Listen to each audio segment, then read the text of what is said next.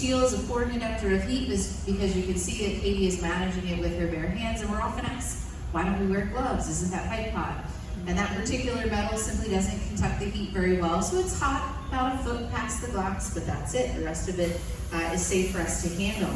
That constant rotation of the pipe that we keep up is necessary to keep the glass on center or up off the floor, and so we need that dexterity in our fingertips to be able to turn that pipe nice and evenly. The glass in the melting furnace at 2,000 degrees Fahrenheit moves and flows almost like honey. So if we weren't able to keep that nice even turn going, the glass would just drip right to the floor. Now we're going to let the glass cool down. As the glass cools, it sets up and becomes more rigid. So our starter bubble becomes kind of an extension of the pipe. We'll go back to the melting furnace and gather up a second layer. On the screens around the stage, I'll play an animation for you that shows the gathering process. Inside the furnace, there's a crucible or a big ceramic bowl holding the molten glass for us. We plunge that starter bubble below the molten surface, rotate nice and evenly, and gather out our second layer of glass. Now we've got about 2 or 3 times as much glass simply because the starter bubble has more surface area than the pipe itself, and so we end up with more material.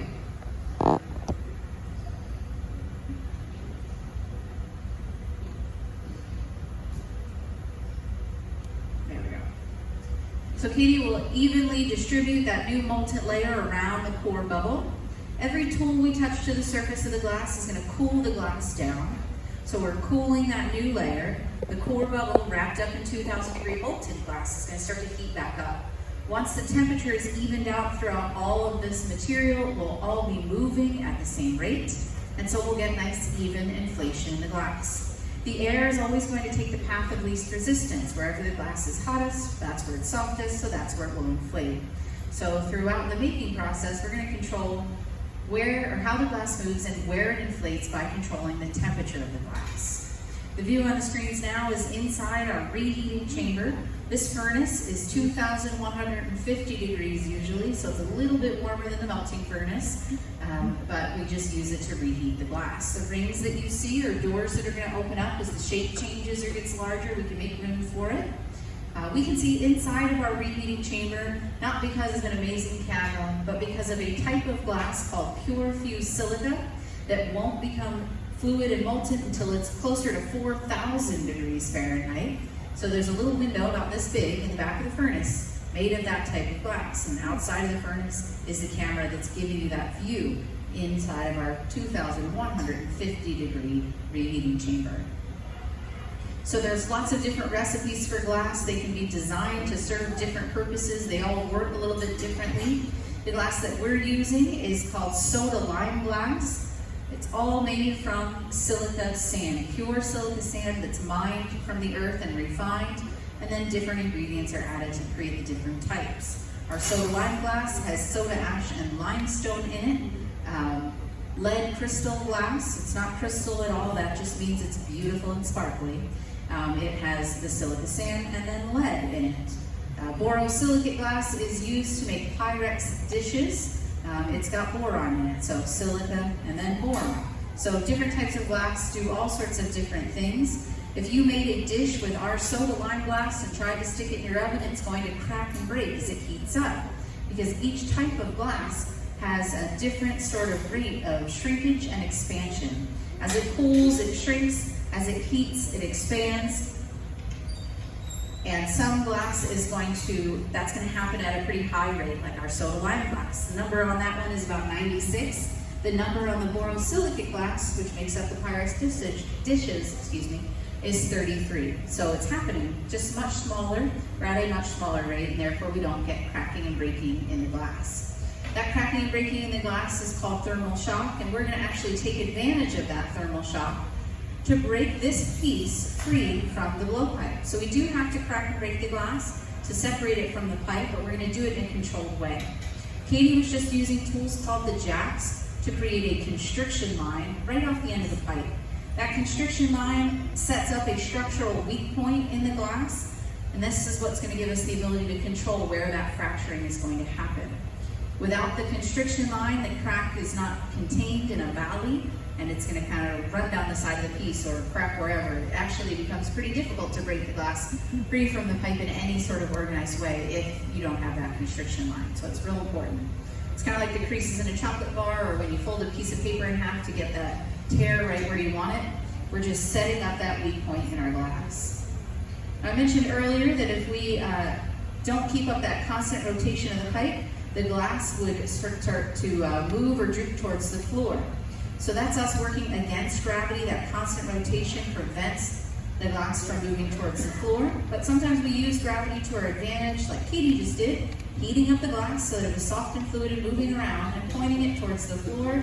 And we all saw that that bubble stretched out and lengthened. We can use gravity the other way too, heating up a sphere, pointing it towards the ceiling, and it goes from a round form to a squat form, looks a little bit more like a flying saucer. So we can use gravity to our advantage, but we always have to work against it with that constant turning. When we set up these forms, we always leave a little bit of a thickness at the bottom of the bubble, which is the part furthest away from Katie. And the reason for that is that's typically going to be the base of our finished form. Now sometimes we use the bubble itself, just flatten it and create the base. And sometimes we'll add material to sculpt out a foot. Katie's creating the foot by folding the bubble. This is a Roman technique. Ancient Roman glassmakers would use this technique often because they were blowing glass by themselves. They didn't work with an assistant, so they couldn't ask for an extra bit of glass to be brought over from the furnace and added to the bottom to create the base. And so they had a lot of bubble folding techniques. And you'll see that as you go through the museum and you're in our 35 Centuries of Glass gallery. Pay close attention. What looks like perhaps a stem and a foot on the bottom of the piece might just be a foot folded right out of the bubble itself. So this creates the base of our form. The next thing we'll do is transfer our piece from the blowpipe to a secondary iron called the punty.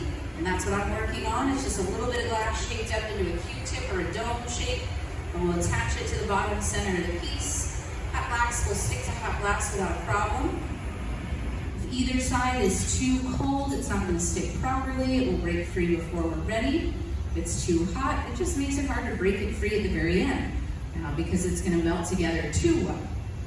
This is where that thermal shock comes into play.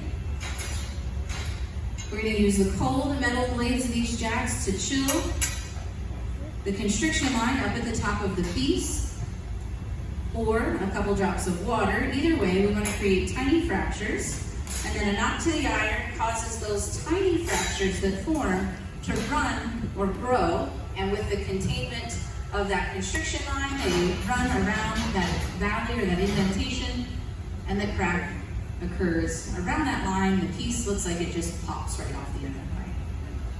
Absolutely. Would you like it cut? All right, so now we flip the piece around. In order to break it free like that and use that thermal shock, we actually have to let the glass get to around 1,000 degrees Fahrenheit, which definitely still sounds warm, but for the glass, it's actually cold. It's a temperature at which it's vulnerable to that cracking and breaking. It's also the temperature at which the glass is no longer moving, so it's kind of like it's frozen in place, and so we refer to that as cold glass. So we let the top of the piece get cold, so that we can create the thermal shock to break it free, and then we'll spend a good bit of time heating that part of the vessel back up.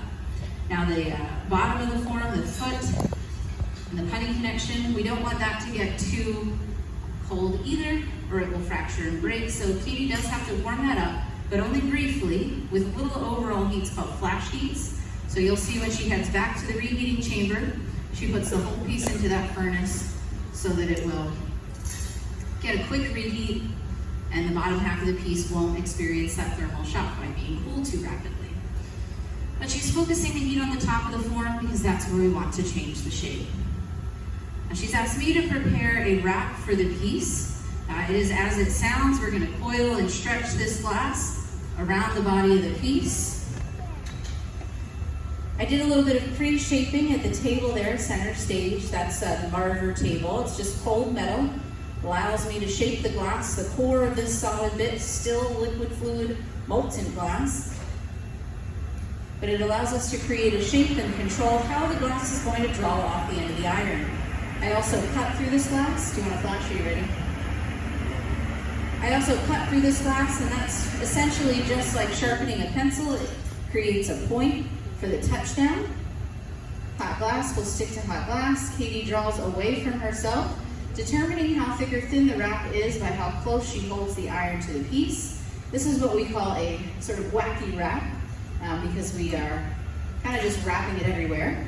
You can stretch glass for a really long time. We've still got plenty of heat here. If you go really fast, you can create kind of a hair-like thread that's flexible and already cold enough to touch, wow, even though it was just fluid molten glass.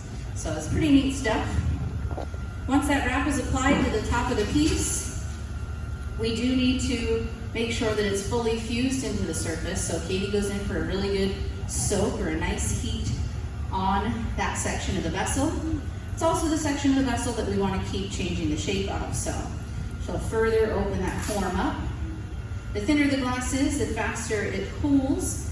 And so we've got shorter and shorter working time at the bench, and more often taking trips up here to the reheating furnace.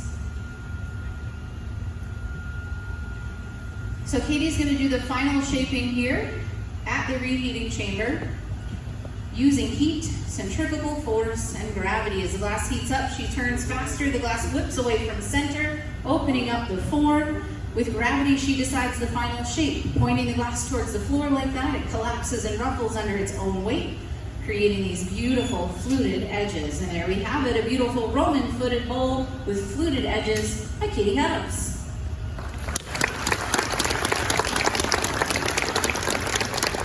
The final step for every piece of glass that we create is a slow cooling cycle called annealing. We'll use thermal shock to separate our piece from the punty, just like that. We've got a beautiful piece of glass. Now we know this glass is still over 1,000 degrees Fahrenheit because it's not cracking and breaking yet. So it's definitely not ready for the dining room table. We'll place this inside of our oven, which is about 910 degrees Fahrenheit in here. And at the end of the day, we'll push a button and the oven will cool the glass down over about 8 to 10 hours. That slow, even cool, make sure that no part of the piece cracks and breaks, and we'll get a closer look at it tomorrow. The thicker the glass is, the longer that cycle needs to be. So the bowl we made, 8 hours is fine. But if we made a bowling ball sized paperweight for whatever reason, we would have to wait about a week for that to cool down. So the thicker the glass is, the longer that cooling cycle will need to be. All right, ladies and gentlemen, that's going to conclude our demo for right now. We hope you enjoyed it.